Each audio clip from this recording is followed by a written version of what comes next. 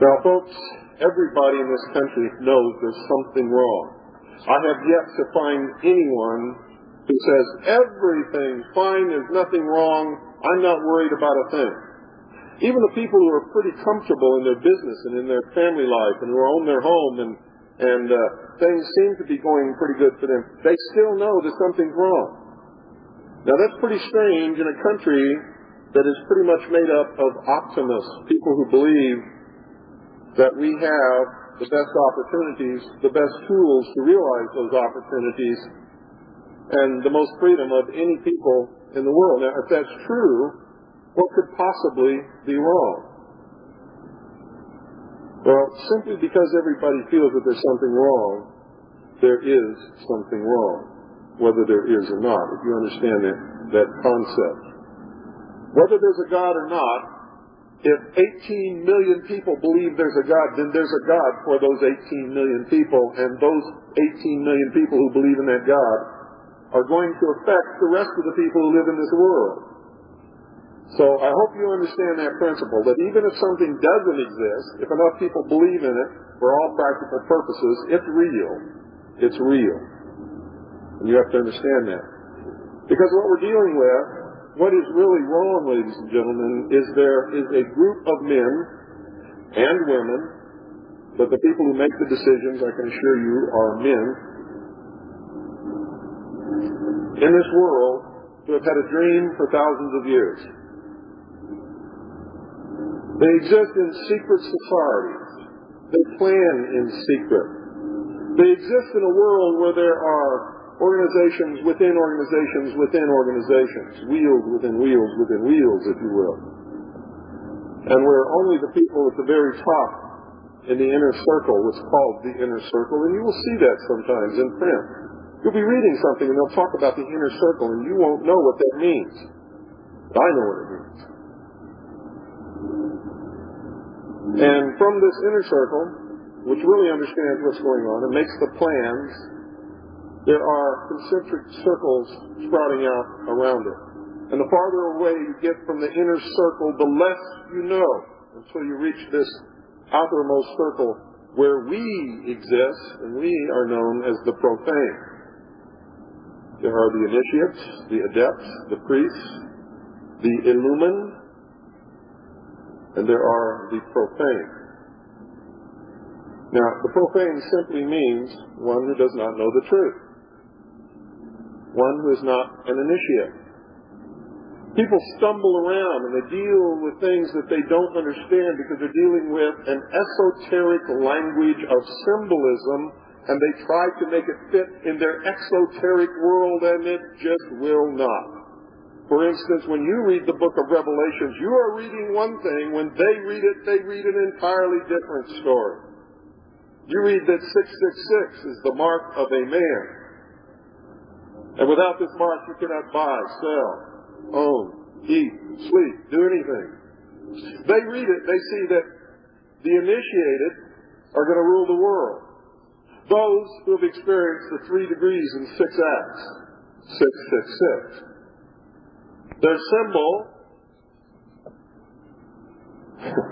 one of their symbols, I'm going to show you some of the symbology. I'm going to show you how you're fooled on a daily basis into dealing with these people and how they take away your rights, how they take away your dignity, how they take away the sustenance that belongs to all of us on a daily basis.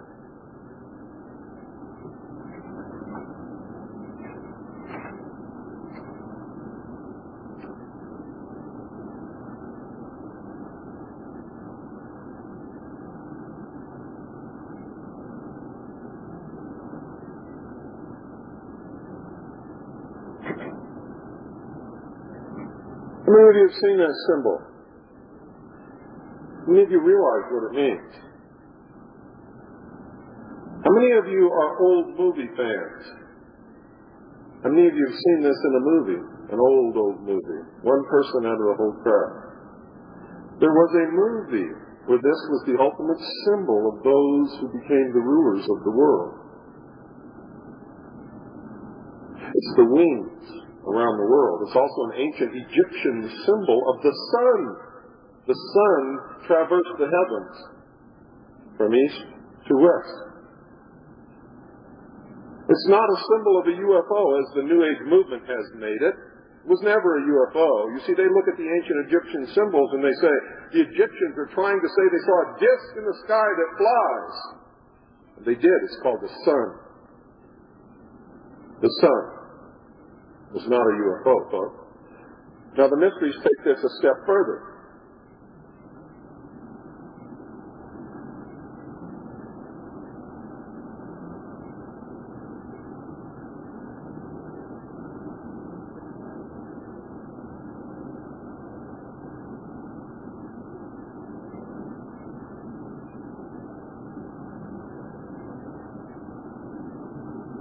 Anybody ever seen that?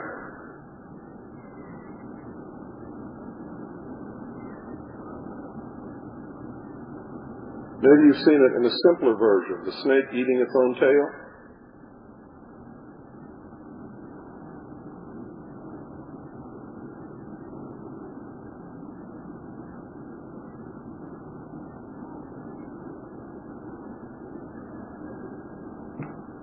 Many of you have seen this.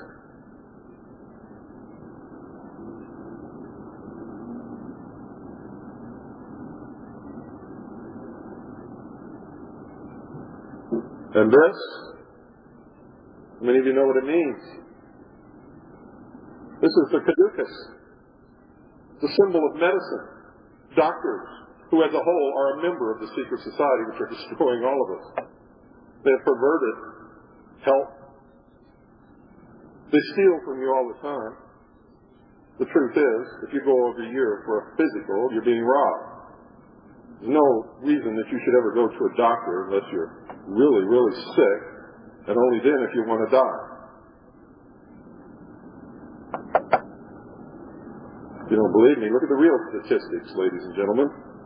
For instance, more people have died of polio after they received the polio vaccine than before.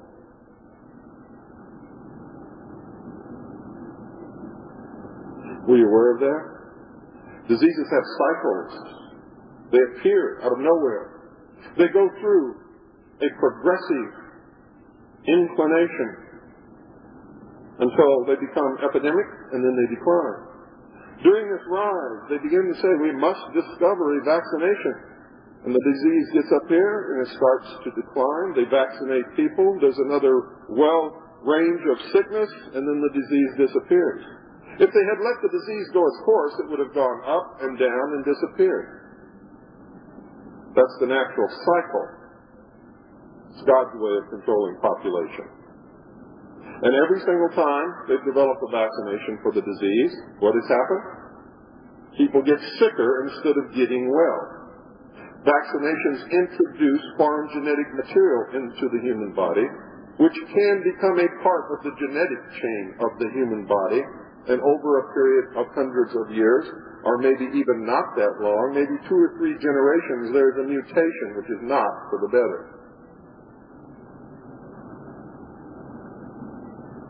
It is not for the better. What else can this tell us? Well, you can see clearly the number 18 there, can't you? 18 is what? 666, isn't it? This is the number of initiation. 18 is the number of initiation. The 3 degrees and 6 acts. It is the Master Mason.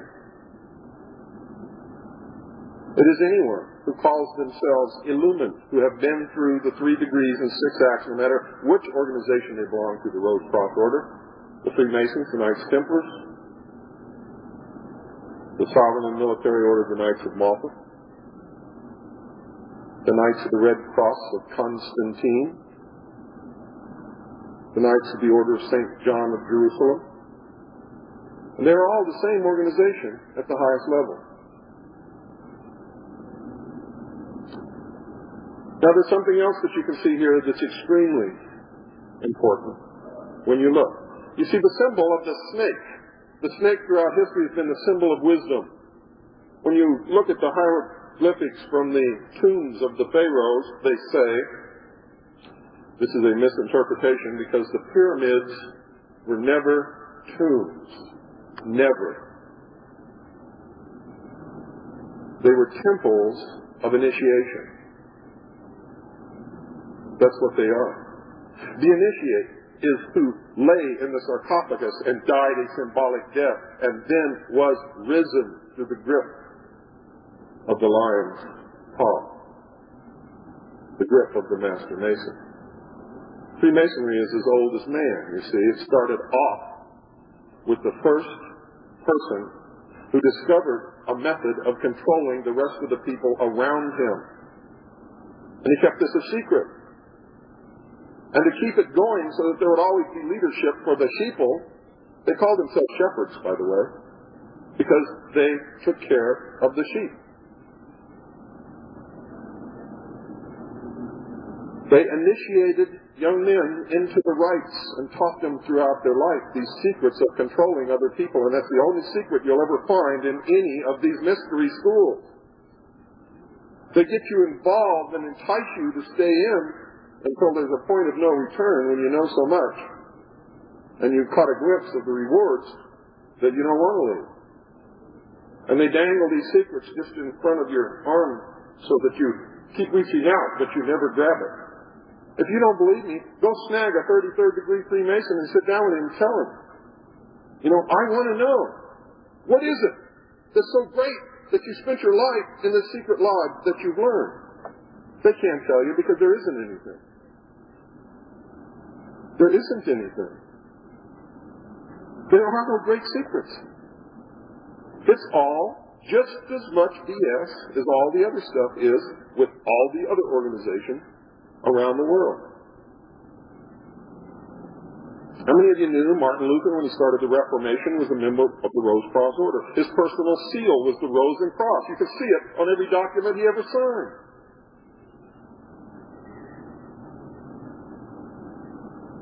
How many of you understood that? You didn't know that, did you? How many of you knew that the Pope is nothing more than the Roman Emperor who's just changed his name from Emperor to Pope? And the same old worship of the pantheon of gods has become the pantheon of saints. And Isis has become Mary. How many of you knew that?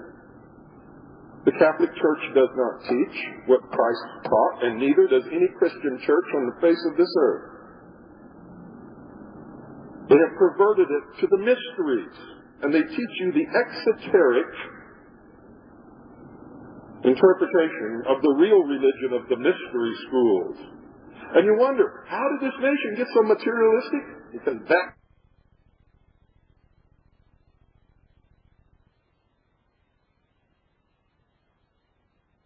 degenerative force, the penis of Osiris, was the part of his body that Isis could not find.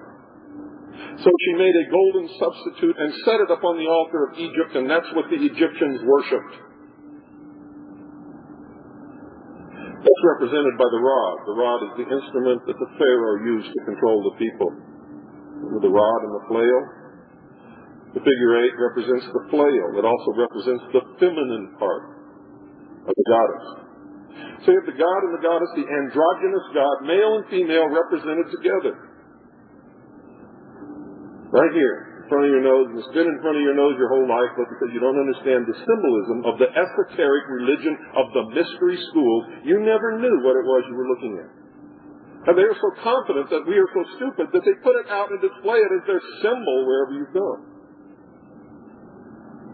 Because, for the most part, they're right.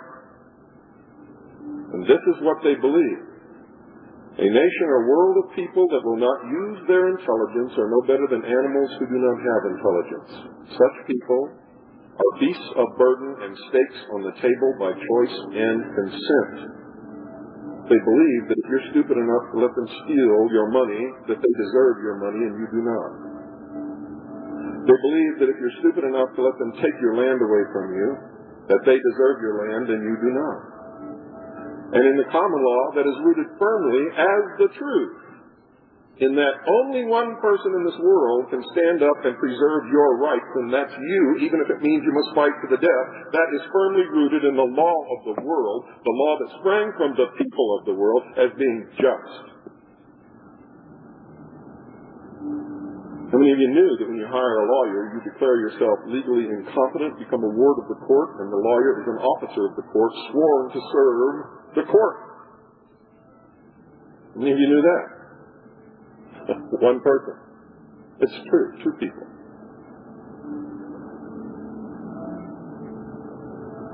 We have a lot to learn, folks.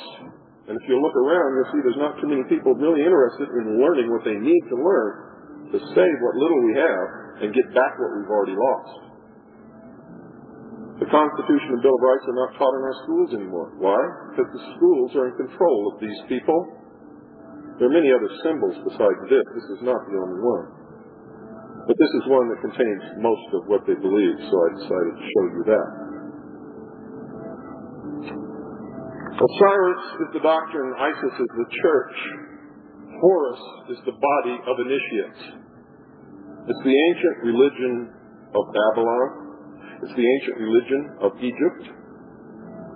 It has always been practiced in secret throughout the world. You're taught in history books that the Egyptians worshipped the sun. They never did. They worshipped a pantheistic God. The sun was the representation of that God. It was God's son. God's son. And remnants of this religion exist in all religions today. Easter is not a Christian holiday. Easter was a pagan, sun-worshiping holiday. Jesus Christ was not born on December the 25th, but the sun was in the ancient religion of Amun-Ra. And at the conclusion of the worship service, they said, Amen, and they still do that in Christian churches today.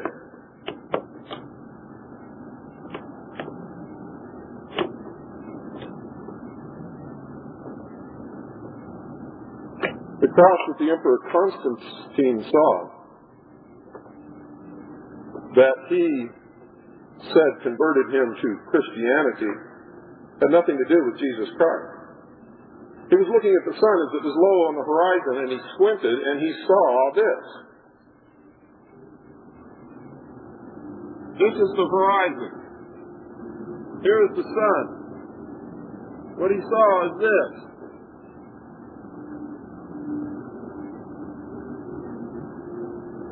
And that became the Red Cross of Constantine. And a whole order of the mystery was formed, called the Knights of the Red Cross of Constantine.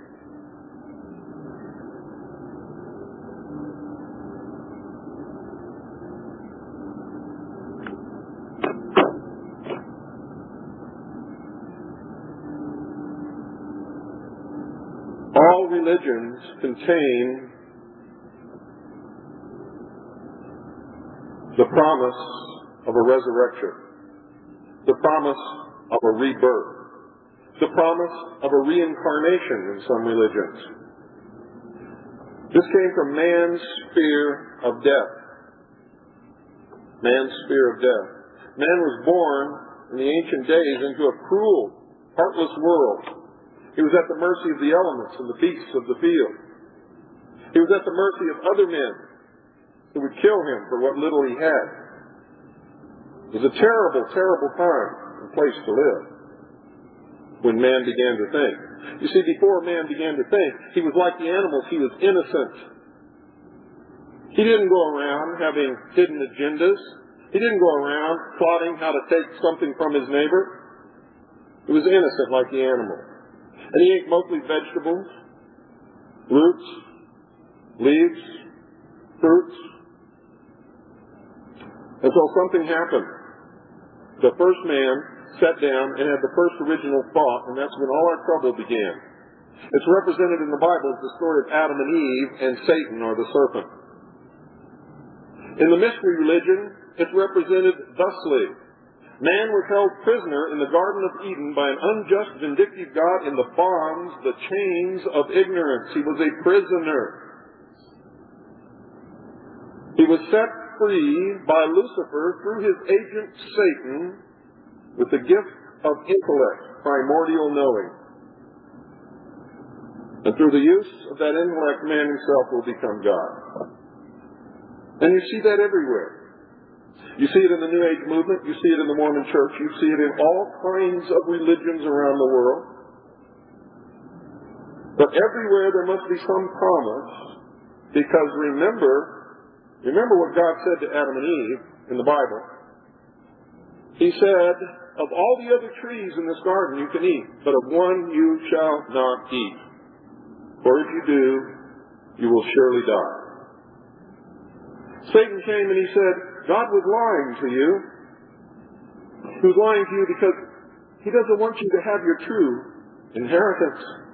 Because if you eat of the tree of the fruit of knowledge, ye shall know good from evil, and be as God, and ye shall not surely die. Now notice, he didn't say they will be God. He said you will be as God, knowing the difference between good and evil. Many people have taken that to mean that man is God. If man is God, why do you die? Why do you pay rent? Make me a universe. Because it's bullshit. It's total bullshit. You may have a spark of divinity in you, each and every one of us, because we were made from the substance that God is made from, because everything stems from God. But no human being is, or ever has been, God. See, that's the promise of Satan. Satan said, ye shall be as gods, knowing the difference of good from evil. And ye shall not surely die. The job of the mysteries is to prove this. In the early days, when they initiated someone into the mystery schools, the mystery religion, they put them through such a harrowing experience that sometimes they had a near-death experience and they saw this light floating out in space and they were trying to get to this light. People experience that today. It's called a near-death experience. Does it occur in the mind? Is it real? No one really knows. But the mystery schools claim it is, and that light is God. And that the God is the supreme intellect of the universe. And that there are really two gods, unfortunately, because they must exist together. And that's what this representation of the androgynous God means. Male, female, positive, negative, as above, so below. The yin, the yang.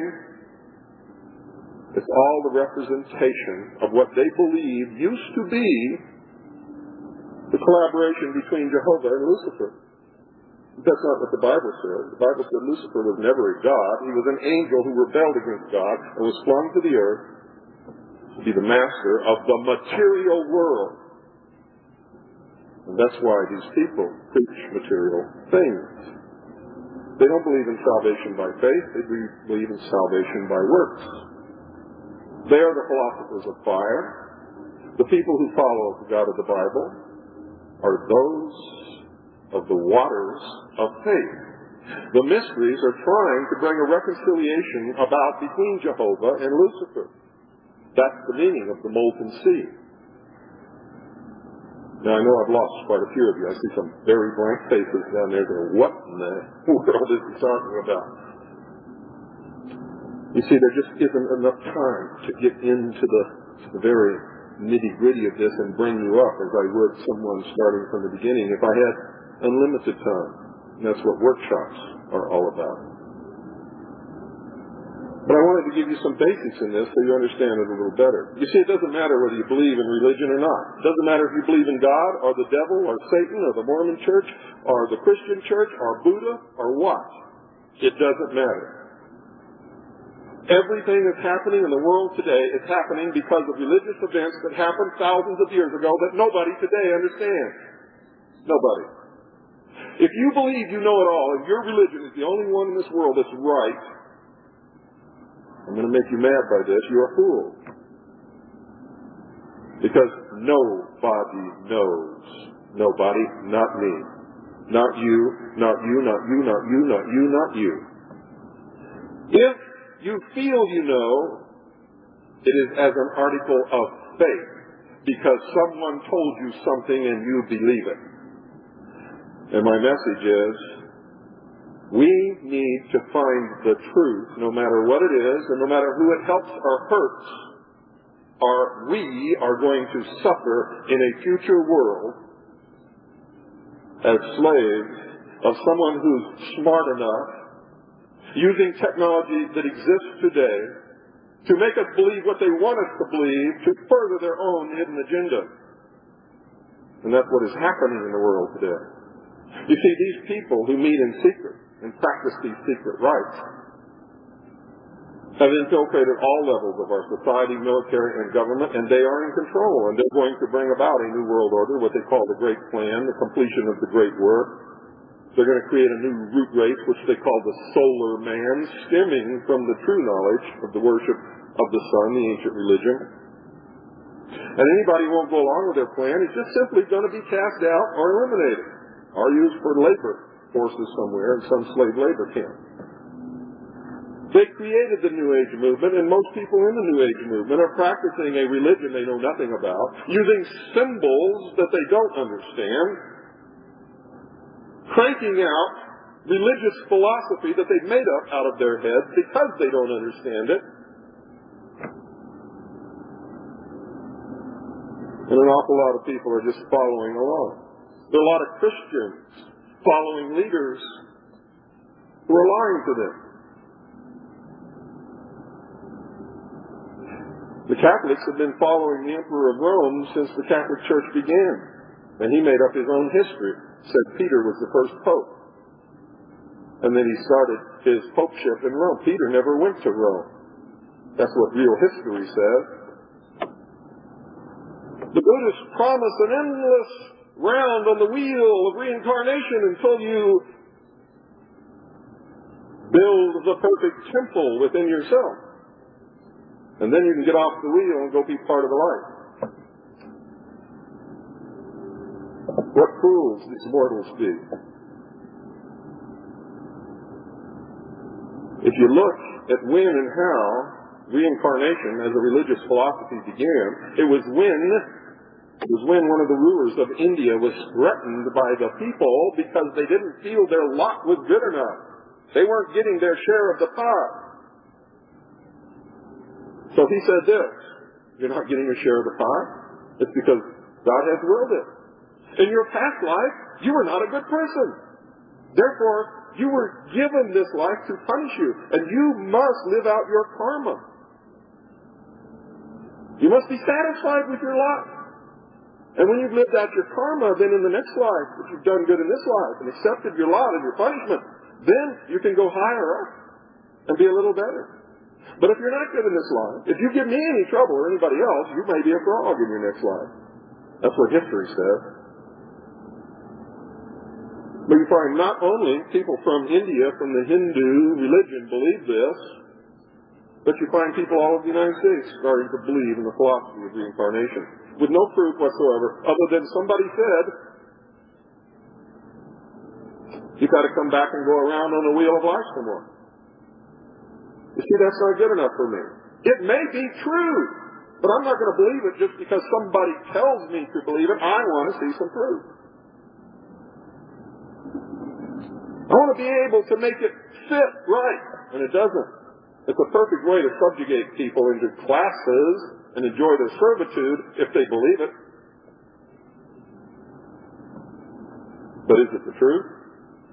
I don't know, and neither do you. I will probably never know, and neither will you.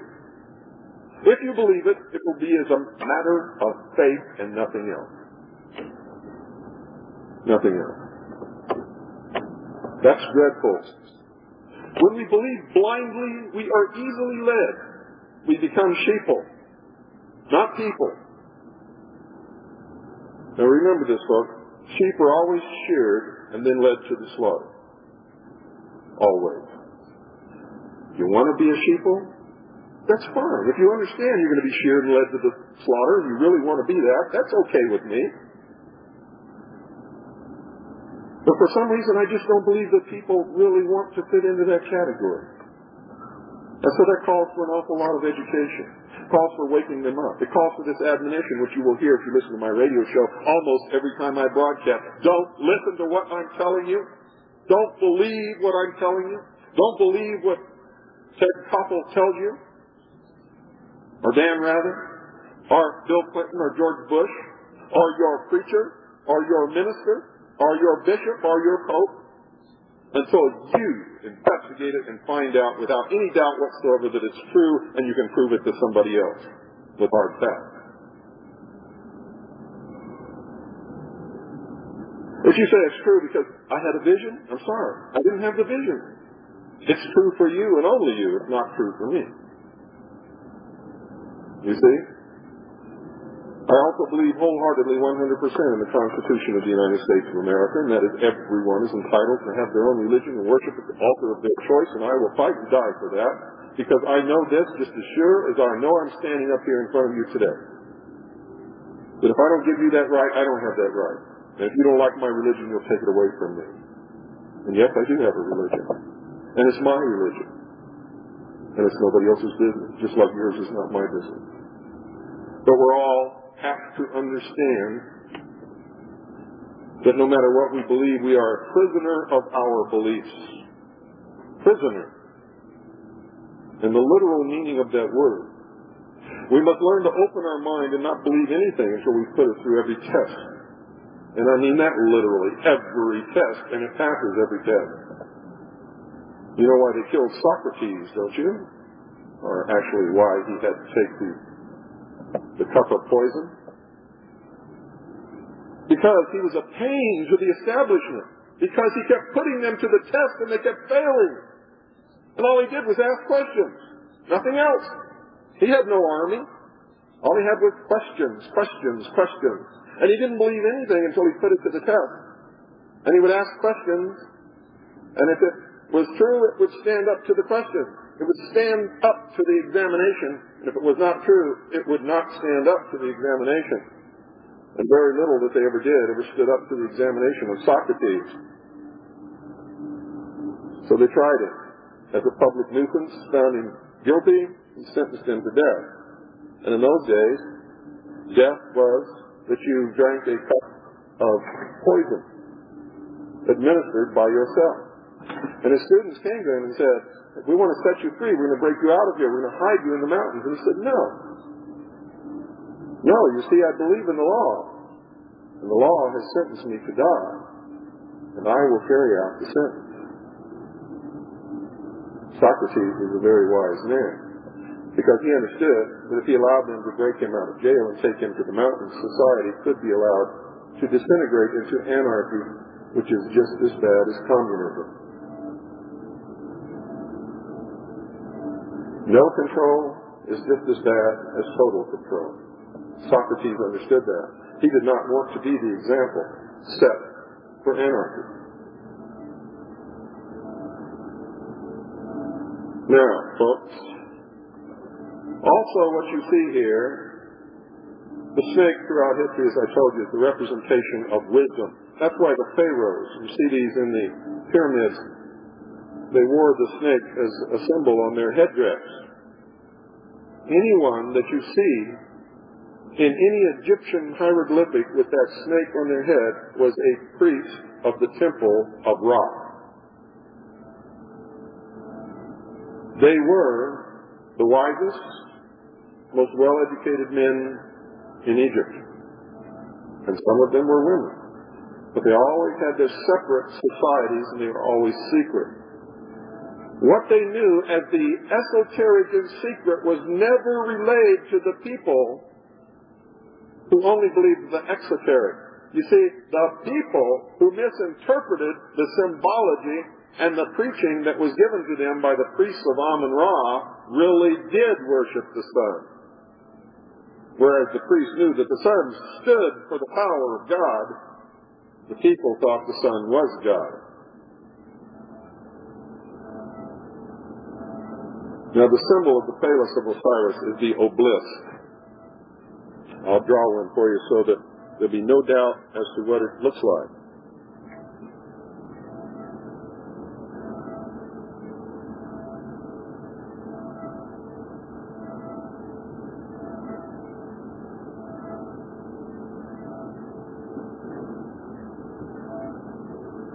That's an obelisk, ladies and gentlemen. You'll find one in Washington, D.C. We call it the Washington Monument.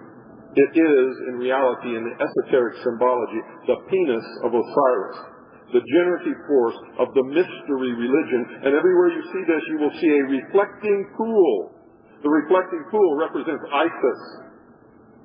Osiris is the church. Osiris is the doctrine. Isis is the church. The church is represented by the reflecting pool, reflecting the pure light from her master. Remember, Osiris represented the sun, the light, Lucifer.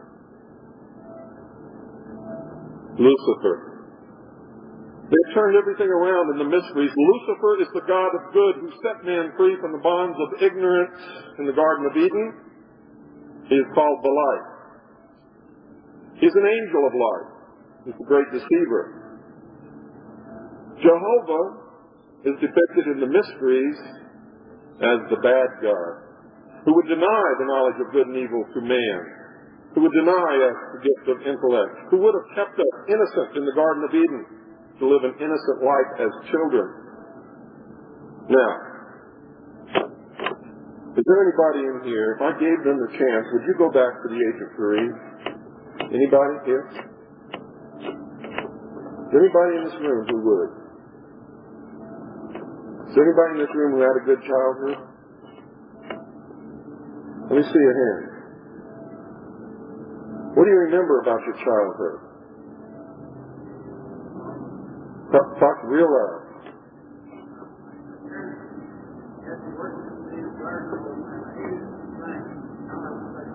Now you wish you could go back. And this is a perfect analogy. His parents had him working in the garden all the time, and he hated it then, but now he wished he could go back.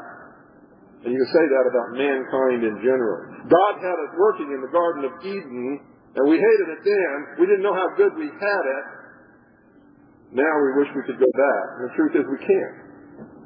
We can't. We're not innocents anymore. Remember when you were a kid and you wanted to be an adult? And when you found out what it meant to be an adult, you wanted to be a kid again?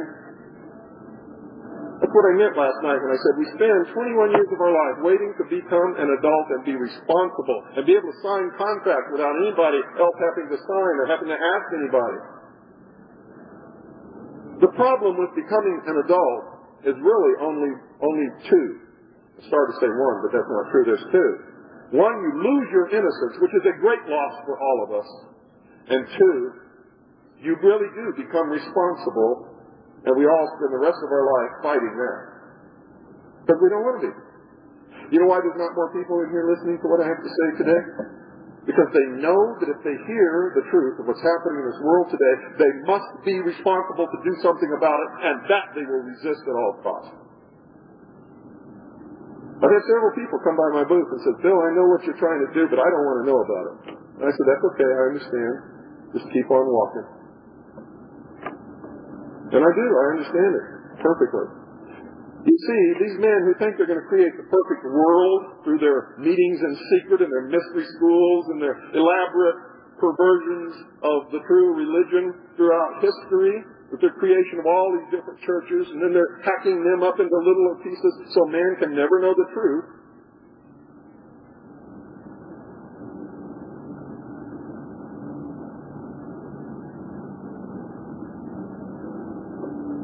They hope